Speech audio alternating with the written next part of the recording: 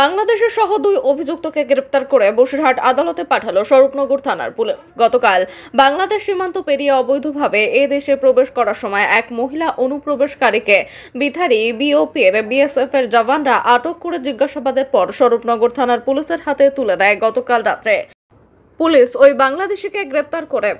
Police সূত্রে জানা যায়, ওই মহিলা অনুপ্রবেশকারীর বাড়ি সে দেশের যশোর জেলায়। সাথে সাথে নিত্যানন্দ কাঠি গ্রামে প্রতিবেশীর সাথে মারামারি করে এক অভিযুক্ত পুলিশের চোখে ফাঁকি দিয়ে পালিয়ে বেড়াচ্ছিল।